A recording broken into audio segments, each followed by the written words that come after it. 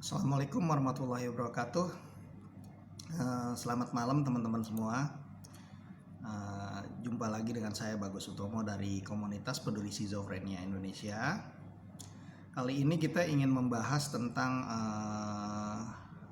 peran tokoh agama gitu ya dalam mensosialisasikan kesadaran kesehatan jiwa di masyarakat gitu. Jadi saya berharap nih dalam topik yang akan kita bahas ini para tokoh agama bisa mengenali nih isu-isu penting untuk menyikapi masalah kesehatan jiwa dan membantu petugas kesehatan untuk mensosialisasikan kesadaran ini ya. Nah, di mana sih sebenarnya teman-teman nih dari tokoh agama, tokoh adat ya yang bisa membantu promosi. Yang pertama yaitu poin pertama yaitu dalam penghapusan stigma. Nah, penghapusan stigma ini penting banget ya terhadap masalah kesehatan jiwa karena ada stigma-stigma di masyarakat yang terutama itu terkait dengan masalah stigma bahwa gangguan jiwa itu disebabkan oleh kurang iman, kurang bersyukur, kurang ikhlas, kemudian juga karma ya, dosa turunan, azab, dan juga ada terkait dengan misalnya sihir nih bahwa ini gangguan jin, setan, santet, teluh dan sebagainya.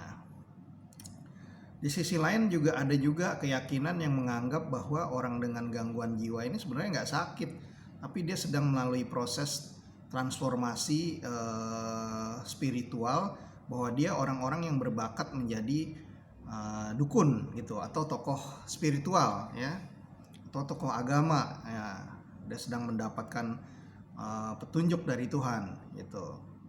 Nah, ini yang sering kita temui di masyarakat, dan stigma-stigma seperti ini menghalangi orang untuk berobat gitu ya.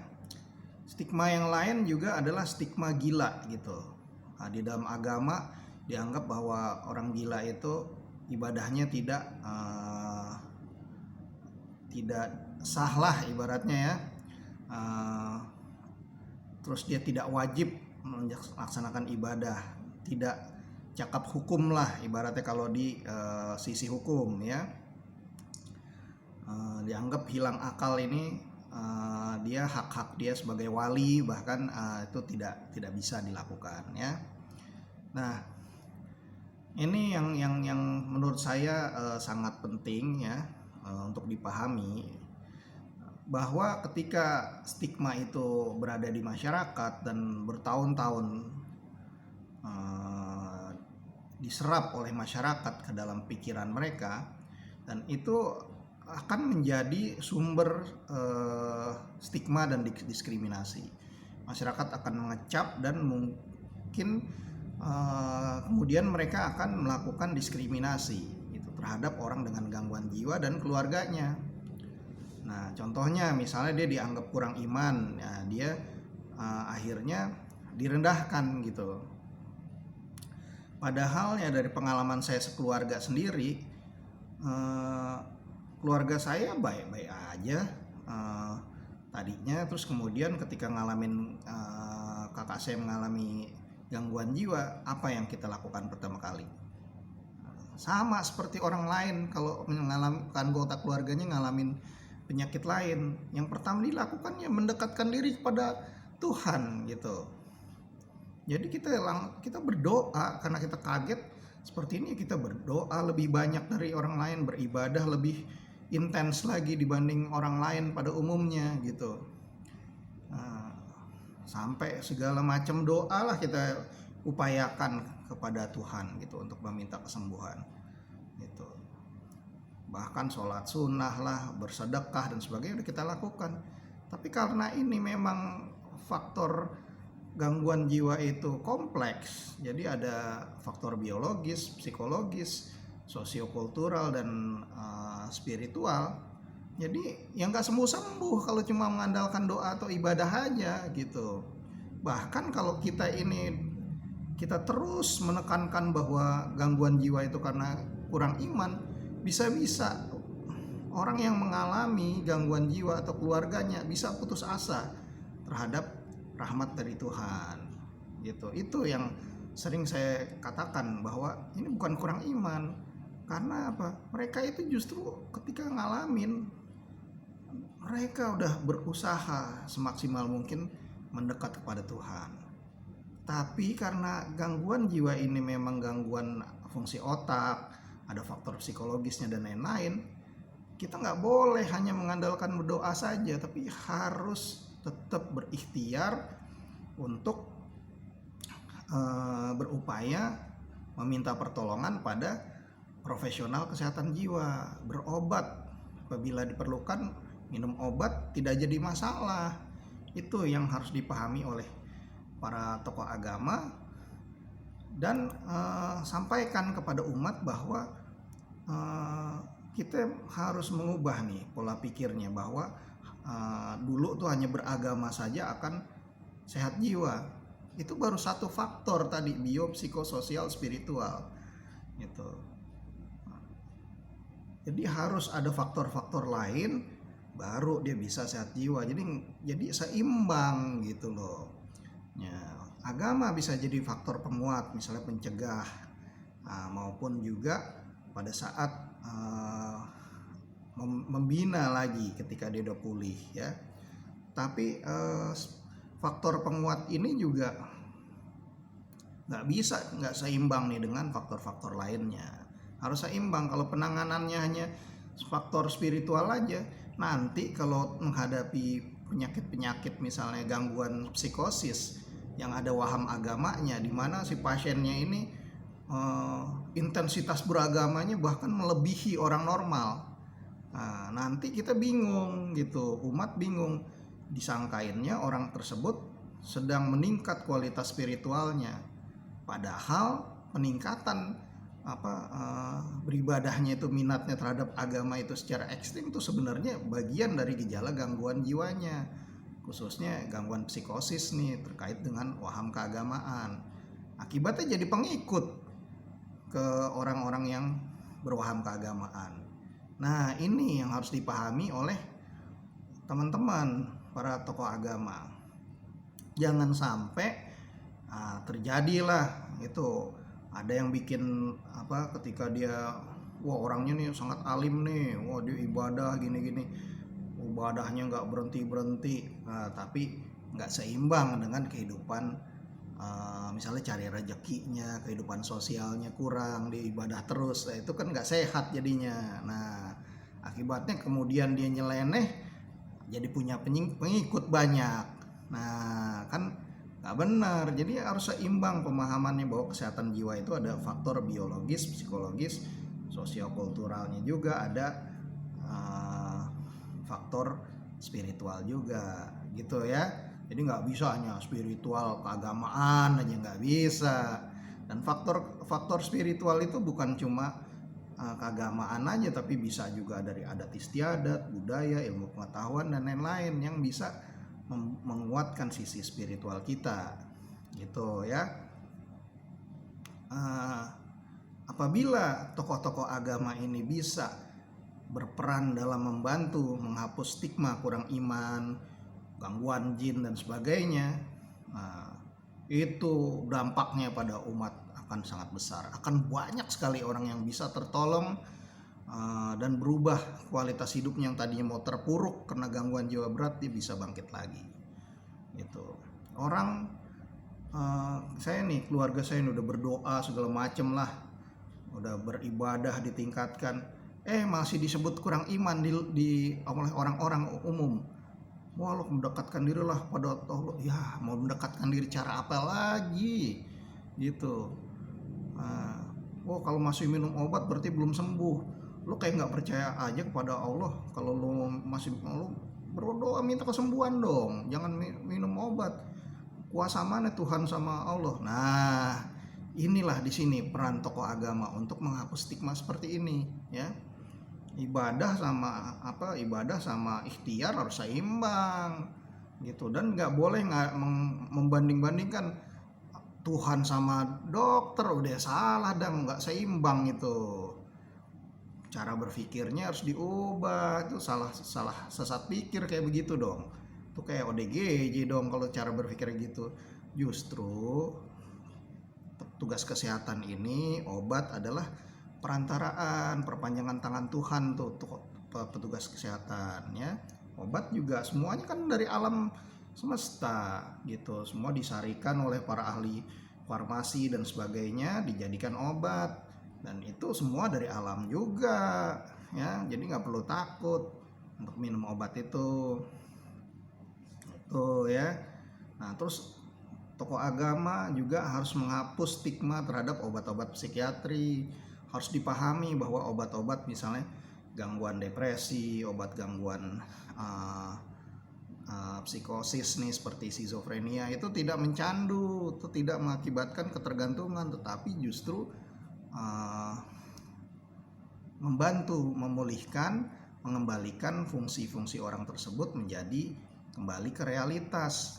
Jadi yang tadinya dia putus dari realitas tuh, bengong sendiri, ketawa sendiri, paranoid dan sebagainya, dia akhirnya dia bisa seimbang kembali, pulih, dan dia bisa ibadah lagi yang baik. Yang tadinya ibadahnya nyeleneh, dia sadar bisa dibina lagi, balik lagi ibadahnya benar. Yang tadinya bengong, menggelandang di jalan, diobatin bisa pulih, dia bisa ibadah lagi. Nah inilah peran tokoh agama untuk mengangkat harkat dan martabat orang dengan gangguan jiwa dan keluarganya. Nah kalau tokoh agama bisa memberikan edukasi seperti ini, nanti mereka yang mengalami gangguan jiwa tidak minder lagi, tidak terpuruk rasa percaya dirinya karena dianggap kurang iman. Kita kan udah berdoa semaksimal mungkin, terus masih disebut kurang iman. Aduh, kurang iman itu seakan-akan bagi saya sih sekeluarga itu hinaan yang paling buruk. Namanya manusia kan semuanya kembali kepada Allah nantinya. Kalau kita masih dibilang kurang iman, ya ampun, mendingan disebut apalah gitu, tapi jangan disebut kurang iman lah gitu ya. Nah mari kita angkat harkat dan martabat ODGJ dan keluarganya supaya dia tetap merasa berharga di mata Tuhan dan seluruh sederajat dengan sesama umat beragama. Ketika dia sakit, jangan dikucilkan, jangan dipasung, ditelantarkan, jangan. Harus dirangkul, dibawa berobat, didampingi, dan nanti kalau udah sembuh kembali lagi diterima gitu di lingkungannya, di majelis taklim, diajak sholat jamaah ke masjid, boleh dikasih peran, suruh jadi marbot misalnya, bersihin lingkungan, bersihin masjid. Itu sikap yang sangat positif yang bisa dilakukan untuk mengangkat derajat mereka. Nah ini saya berharap teman-teman dari tokoh agama bisa membantu kampanye kesehatan jiwa khususnya dalam penghapusan stigma. Yang kedua, untuk kasus bunuh diri ya, perlu dipahami nih bahwa fenomena bunuh diri itu umumnya terjadi pada saat orang mengalami gangguan jiwa berat yang terlambat terdeteksi atau terlambat ditangani secara medis gitu. Atau dia udah berobat tetapi dia nggak mau minum obat nih karena nggak merasa dirinya sakit, masih takut minum obat, masih nggak percaya sama dokter. Nah, akibatnya dia nggak diminum obatnya. Nah terjadilah penyakit itu jadi buruk, mulai ada gagasan bunuh diri dan upaya bunuh diri ya. Nah di sini kita perlu pahami bahwa gangguan jiwa berat yang mengakibatkan bunuh diri itu paling banyak adalah gangguan depresi. Nah gangguan depresi sendiri adalah dampak dari penyakit otak yang sangat berat. Ketika otak seseorang yang depresi itu mengalami ketidakseimbangan kimia, di mana neurotransmitter serotoninnya itu sangat rendah sehingga dia sulit untuk merasa bahagia. Jadi dia cenderung murung, sedih, merasa nggak berharga dan lain-lain gitu ya. Nah kita juga perlu pahami bahwa ketika terjadi bunuh diri Itu sebenarnya bukan salah si pasien terus yang harus kita sorotin. Pasien ini kan sakit, dia juga nggak mau mengalami sakit seperti depresi itu, ya, atau dia mengalami kegagalan, misalnya gagal bisnisnya, hartanya hancur, ditinggal keluarganya, akhirnya dia terpuruk. Nah, itu kan nggak ada orang yang mau seperti itu. Dia di sini dalam hal ini dia korban juga gitu ya. Nah, kalau sampai itu terjadi sebenarnya itu adalah pertanda bahwa ada kegagalan support system gitu. Sistem pendukung orang tersebut gagal memberikan dukungan, gagal menerima sinyal-sinyal, peka menangkap sinyal-sinyal itu. Artinya kita kecolongan lah, sehingga ada orang yang sedang terpuruk karena gangguan jiwa berat, tapi kita nggak peka terhadap itu. Akhirnya terjadilah upaya bunuh diri dan korban meninggal ya. Nah, karena itu kalau kita benar-benar ingin membantu lebih banyak orang dan mencegah upaya bunuh diri, sudah saatnya kita mengubah sikap kita terhadap korban dan keluarganya dengan sudut pandang kasih sayang atau welas asih, atau bahasa Inggrisnya compassion gitu ya. Dengan kepedulian kita harus pandang itu. Nah, ketika ada orang yang mau bunuh diri, ada yang sudah bunuh diri terjadi gitu. Inilah peran tokoh agama untuk mengingatkan semua pihak untuk tidak membahas masalah surga neraka, masalah siksa kubur nanti, bahwa dia dilaknat Allah dan sebagainya. Janganlah gitu. Orang yang sedang terpuruk nih, gangguan depresi, kalau diomongin kayak begitu, dia makin nggak berharga, merasa nggak berharga. Gue nggak penting lagi, sebodoh amat gue mau masuk surga neraka, kayak gue nggak penting kok di alam semesta ini. Akhirnya dia malah benar-benar melaksanakan upaya bunuh dirinya. Kan kita jadi kena dosa juga kalau kita ikut memperburuk kondisi ya. Nah, daripada seperti itu, mendingan kita dengerin aja. Kita nggak usah banyak omong, kita dengerin aja. Oh begitu ya, nah gini, apa yang bisa gue bantu. Nah, itu lebih baik. Syukur-syukur kita ajak, lu mau nggak gue ajak konsultasi gratis kok ya kan, dengan BPJS gratis. Lu punya BPJS nggak, gue temenin gitu, gue siap mendampingi lo konsultasi. Nah, itu jauh lebih baik daripada kita ngomongin soal dosa lah, kamu pendosa lah, kamu nggak bersyukur kepada kehidupan yang diberikan. Bukan saatnya mau berbicara seperti itu pada orang yang sedang menghadapi krisis bunuh diri. Mendingan kita dengerin, terus kemudian kita ajak dia meminta pertolongan profesional kesehatan jiwa. Kemudian kita bicara rahmat Tuhan yang banyak pada kita. Kamu sebenarnya beruntung kok ya, atau ayo kita bersama-sama lah cari solusi. Saya siap membantu kamu gitu. Masih ada harapan, jangan khawatir, ayo ya kita berjuang bersama. Itu lebih baik seperti itu ya. Terus kemudian gini, ketika udah terjadi dia yang meninggal, kita ngomongin neraka dan siksa neraka, murkanya Allah pada orang yang bunuh diri. Itu kan namanya kita yang kurang peka dong ya kan. Orang sedang dapat musibah, keluarganya juga pasti nggak ingin anggota keluarga kita ngalamin upaya bunuh diri dan akhirnya meninggal karena bunuh diri. Nggak ada orang yang mau seperti itu gitu. Jadi dia lagi sedih, lagi terpuruk, bingung, dia malu di hadapan banyak orang, kok malah kita omongin seperti itu. Nah, berarti apa? Kita sendiri pemahaman agamanya masih rendah kalau kayak begitu, karena kita nggak bisa berempati pada orang yang sedang menderita ya. Hindarilah kita ngomong seperti itu.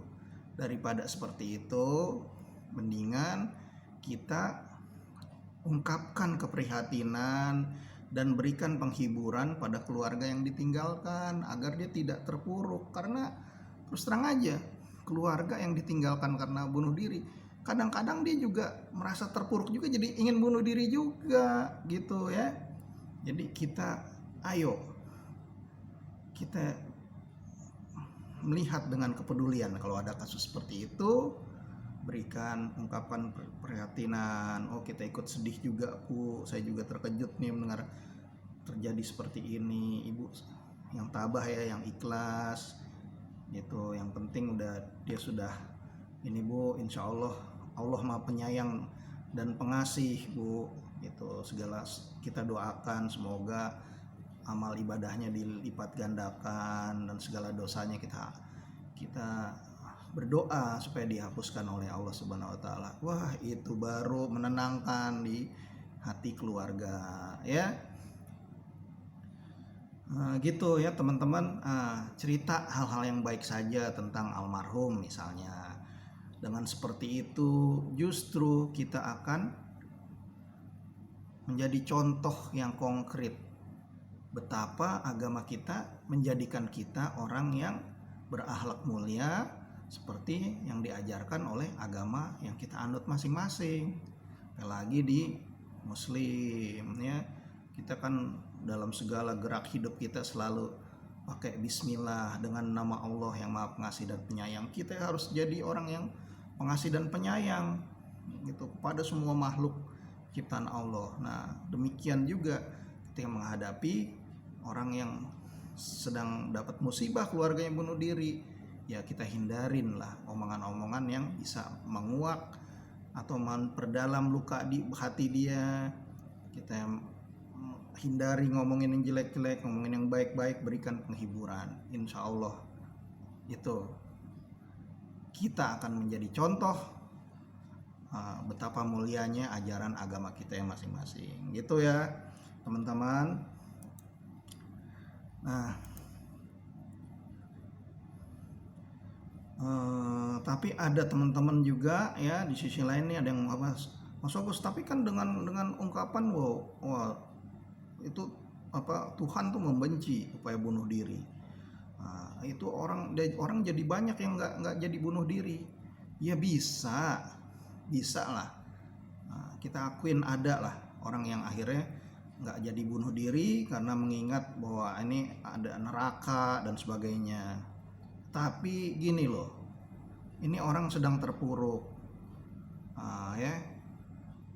Kenapa kita nggak bicara soal harapan-harapan bahwa Allah itu Maha Pengasih Penyayang, pemberi rahmat, Allah itu Maha Pengampun, pemberi dan pemberi rasa pengampunan, terus juga penerima taubat dan sebagainya yang indah-indah gitu, sehingga dia muncul harapan dan dia nggak takut mendekati Tuhan gitu. Walaupun dia sekotor apapun, Tuhan siap menerima kita dengan pelukan hangat. Itu yang harus kita ungkapkan daripada kita ngomongin tadi masalah siksaan, neraka dan sebagainya. Kalau ngomongin yang kayak begitu itu di lain waktu aja lah, pada waktu dia sudah sehat gitu, atau pada orang sehat bisa gitu ya. Tapi kalau orang yang udah rentan seperti itu, sebaiknya hindarin ya. Nah, karena itu sangat tidak membantu, bahkan bisa memperburuk situasi ya. Nah, kalau masalah nanti hukuman dan sebagainya, udahlah itu biar Allah yang menilai sendiri, bukan wewenang kita. Kita jangan menjadi Tuhan, nanti kita musyrik malahan karena kita sok menghakimi kehidupan orang lain gitu. Biarin Allah yang menilai itu ya. Terus yang ketiga, perlakuan yang bermartabat pada ODGJ. Nah, inilah saya berharap para tokoh-tokoh agama menanamkan kepedulian, kasih sayang, baik pada ODGJ maupun keluarganya. Tokoh-tokoh adat juga begitu. Ayo mari kita hapus stigma gila gitu. Kalau orang yang kalian bilang gila itu sebenarnya sedang mengalami gangguan jiwa berat. Gangguan jiwa itu tidak menurunkan derajat kemanusiaan kita karena dia sedang sakit gitu ya. Harus kita bantu segera bawa berobat, kita bantu keluarganya untuk memantau dia diminum obatnya rutin, jangan sampai putus. Jangan dikatain kalau minum obat, nanti dia jadi malu dan nggak mau minum obat lagi. Nah, keluarga nih dan lingkungan semua harus dukung ya. Karena gangguan-gangguan jiwa berat kemungkinan harus minum obat jangka panjang. Jangan dikatain lah gitu ya. Kalau dikatain terus dia nggak minum obat, terus terjadi tragedi, dia ngamuk melukai orang atau membunuh orang, nah yang dosa siapa? Kita juga kebagian dosa karena kita udah menghina dia karena minum obat ya. Nah, tokoh agama, tokoh adat, mari kita tanamkan kepedulian ini, bahwa orang yang mengalami gangguan jiwa itu orang sakit yang harus kita bantu ya. Dia sama kok sama kayak penyakit apapun. Nggak ada orang yang mau mengalami penyakit kanker misalnya, sama nggak ada orang mengalami gangguan jiwa gitu. Itu bisa terjadi pada siapapun. Saya banyak juga loh ketemu tokoh-tokoh agama anaknya yang mengalami gangguan jiwa, kan sama seperti penyakit apapun ya, dia nggak perlu malu juga gitu ya. Terlebih lagi ya pada ODGJ yang terlantar di jalan, jangan kita hina-hina, jangan kita lecehkan, jangan kita ejek-ejek, ditanggapin nomor togel, diketawain, bahkan ada yang melecehkan secara fisik dan seksual gitu. Kita sebagai umat beragama, apalagi yang kita yang sehat, harus menunjukkan pandangan welas asih pada mereka. Mereka itu the most marginalized people, kelompok orang yang paling terpinggirkan. Dia nggak bisa mengadvokasi hak-hak dia sendiri, nggak bisa memprotes hak, oh saya nggak bisa berobat nih gini-gini, saya nggak punya rumah, protes ke pemerintah, nggak bisa. Kecuali kita nih yang sehat-sehat membantu memanusiakan dia ya. Nah, sikap kepedulian kita sebagai ODGJ harus sama dengan kondisi lain, misalnya dengan orang membela orang yang berpenyakit fisik lainnya gitu, yang sakit jantung, diabetes dan lain sebagainya. ODGJ kan otaknya, organnya yang sakit ya. Terus sama kalau kita memperjuangkan teman-teman disabilitas fisik, sensorik dan lain sebagainya. Nah, kalau kita disabilitas mental ya, kita lah yang bisa menolong, kita yang sehat yang bisa menolong ODGJ ya. Nah, yang keempat, kita tanamkan nih pada semua umat beragama, kelompok-kelompok adat di seluruh Indonesia ya, bahwa kita harus menyetop pelanggaran HAM. Ya, kita nggak usah sebarin lagi lah isu-isu bahwa ODGJ nyulik anak dan sebagainya. Nggak ada buktinya. Yang mungkin nyulik anak tuh orang yang sehat mentalnya gitu. Tapi dia mungkin punya kendala lain gitu, dia jahat gitu ya. Tapi kalau ODGJ, apalagi ODGJ terlantar, ngurus diri aja nggak bisa. Saya nih sebagai keluarga ODGJ, ngajak kakak saya berkegiatan aja susahnya minta ampun, ngasih dia tugas dilaksanakan itu kadang sulit sekali. Apalagi masa dia bilang bahwa dia bisa nyulik, dijual dan sebagainya ya gitu. Kayaknya nggak mungkin itu ya. Nah, terus dipintir lagi, wah ini itu kan itu Intel yang pura-pura jadi ODGJ. Ya ginilah, serahkanlah hal-hal seperti itu kepada petugas keamanan. Jangan kita yang menghakimi. Akhirnya ODGJ di jalan dipukulin, bahkan dilecehkan dengan berbagai tindakan yang tidak elok gitu ya. Nah, itu harus kita dihentikan. Percayakan hal-hal seperti itu kepada petugas keamanan. Terus kita juga harus hentikan kekerasan fisik, kekerasan seksual pada ODGJ, penelantaran di jalan, dibuang oleh keluarganya karena dia putus asa, diusir oleh orang kampung, jangan tinggal di sini, atau dipasung di balok kayu, dirantai dan sebagainya. Itu udah harus kita hentikan bersama. Karena kalau ada perilaku seperti itu, kita juga sebagai umat beragama berarti belum mengamalkan ajaran agama kita yang harus memanusiakan manusia ini gitu ya. Itu cerminan dari lingkungan kita juga sebagai support system. Nah, terus kemudian pemasungan ini kadang-kadang bukan saja di rumah-rumah, tetapi juga ada di pesantren gangguan jiwa atau panti Kristiani yang masih anti pengobatan. Nah, marilah kita sebagai tokoh agama mendorong tempat-tempat seperti ini untuk bekerja sama dengan petugas medis, dengan puskesmas terdekat, dengan psikiater-psikiater di rumah sakit jiwa terdekat. Gitu. Jangan merasa metodenya sendiri paling benar. Ya ada yang direndam di air dingin subuh-subuh, ada yang direbus di drum, pakai api di drum, ada yang didoain aja, ada yang dikasih ramuan-ramuan herbal. Ya ginilah, silahkanlah itu ya, asal jangan melakukan metode penyiksaan. Tapi harus bekerja sama dengan medik supaya kerjaan kalian juga lebih mudah ya. Nanti saya jelasin di video yang lain kenapa panti atau panti Kristiani, panti beragama lain ya, terus kemudian juga pesantren gangguan jiwa itu harus mulai terbuka untuk bekerja sama dengan medis, karena nanti di situ kita akan kerjanya lebih ringan, pasiennya juga yang sembuh lebih banyak, yang kita tolong juga bisa lebih banyak, tempatnya bisa jadi lebih bersih karena ODGJ-nya rawat dirinya baik gitu ya. Jadi tokoh agama harus mendorong tempat-tempat terapi berbasis keagamaan ini atau berbasis pengobatan alternatif lainnya nih, buat tokoh adat yang harus memberikan edukasi ke mereka untuk berubah dan mau menerima pelayanan medis ya, bekerja sama dengan petugas kesehatan di puskesmas maupun di rumah sakit jiwa terdekat.